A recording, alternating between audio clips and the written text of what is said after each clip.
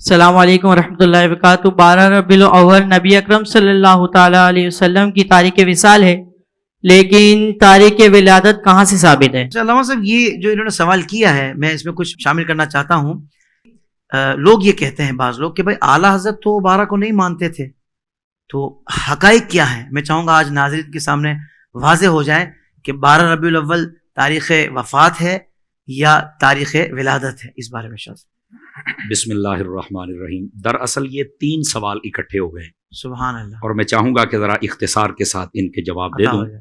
12 ربیع الاول شریف آقا کریم صلی اللہ علیہ وآلہ وسلم آپ کی تاریخ وصال ہے، لیکن جب تاریخ ولادت کی بات آتی ہے نا تو کچھ لوگ اٹک جاتے ہیں، جھٹک جاتے ہیں اور لٹک جاتے ہیں۔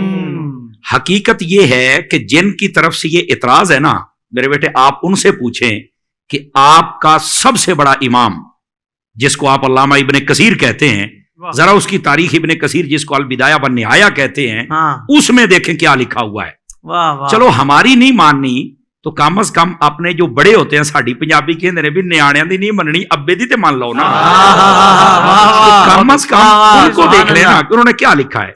ویسے اللہ کے فضل سے چونکہ یہ وقت کے دامن میں گنجائش بہت تھوڑی ہوتی ہے، لیکن درجن بھر سے زائد حوالہ جات فقیر دے سکتا ہے اللہ کے فضل سے۔ سبحان اللہ، سمجھ آ رہی ہے میری بات کی؟ اچھا، یہ بات تو یہاں تک کہ تاریخ ولادت آپ کی جو ہے یہ 12 ہے۔ جہاں تک سیدی اعلیٰ حضرت صاحب رحمت اللہ تعالی علیہ آپ پر بات کی جاتی ہے نا، جی اصل میں اعلیٰ حضرت اگر نہیں مانتے 12 کو تو میرا پہلا سوال یہ، پھر وہ مانتے کیا ہیں؟ کہتے ہیں وہ 8 کو مانتے ہیں، تو میں نے کہا آپ 8 کو کر لو،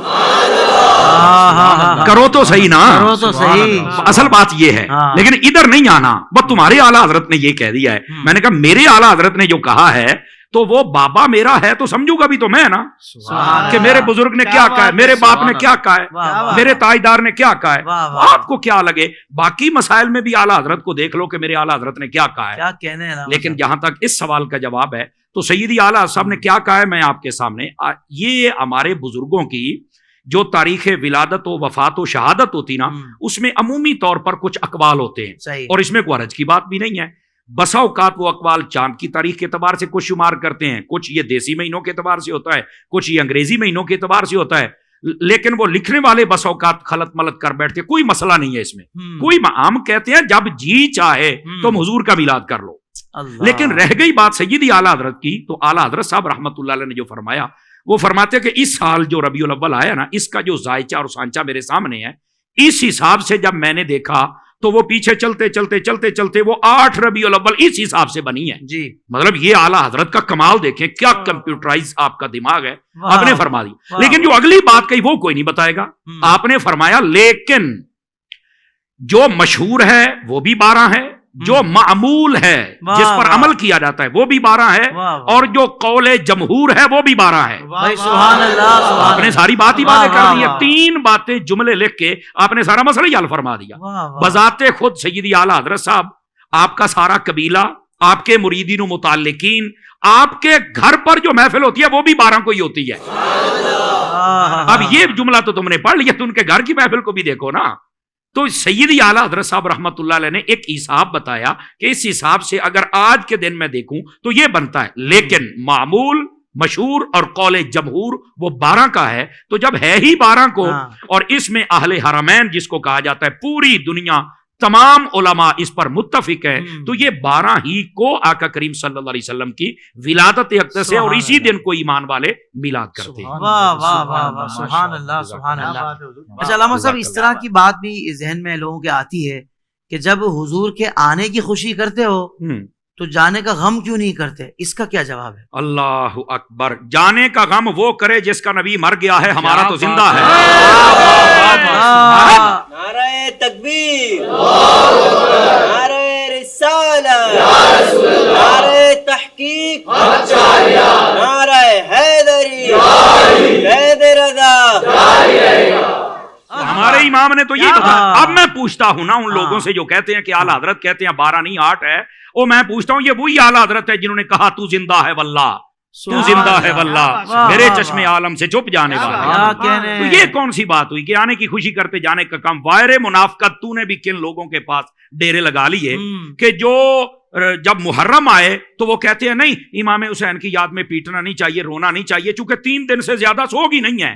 اور وہی منافق لوگ جب ربیع الاول آتا ہے تو کہتے ہیں کہ تم آنے کی خوشی کرتے ہو تو جانے کا غم کیوں نہیں کرتے؟ او بھائی ادھر 1-1.5 ماہ مہینے کے بعد ہی تمہارے مسئلے بدل جاتے ہیں. خدا کا خوف کرو یار. کیا منافقت بھی سوچتی ہوگی کہ منافقت تو میں تھی پر جن سوداگروں کے پاس میں آ گئی نا انہوں نے میرا بیڑا ہی کر کے رکھ دیا. بہت خوبصورت. اب یار سوچنے والی بات ہے، 1.5 ماہ پہلے یہ فتویٰ جاری ہو رہا تھا کہ سوگ 3 دن سے زیادہ نہیں، تو اب بھی کہو نا کہ 3 دن سے زیادہ سوگ نہیں، بس آنے کی خوشی کرو، جانے کا غم نہیں کر سکتے.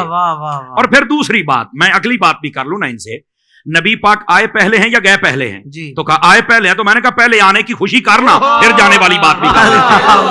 اللہ کیوں حضرت سوچنے والی بات ہے نا، کمال والی بات ہے، ہماری تار چھیڑتے ہو یار. سبحان اللہ. اس واسطے یہ بےہودگی پھیلانے کی کیا ضرورت. اور تیسری بات سنیے گا، دیکھیے حضرت سیدنا آدم علی نبینا علیہ السلام آپ پیدا بھی جمعے والے دن ہوئے اور آپ کا وصال بھی جمعے والے دن ہے، اس کے باوجود اس جمعے کو عید کہا گیا.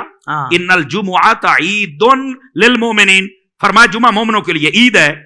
تو بھائی اللہ تبارک و تعالیٰ نے اپنے حبیب پاک صلی اللہ علیہ وسلم کو جو دین دیا اس میں یہ مسئلہ ہے اور حضور نے خود بیان فرمایا.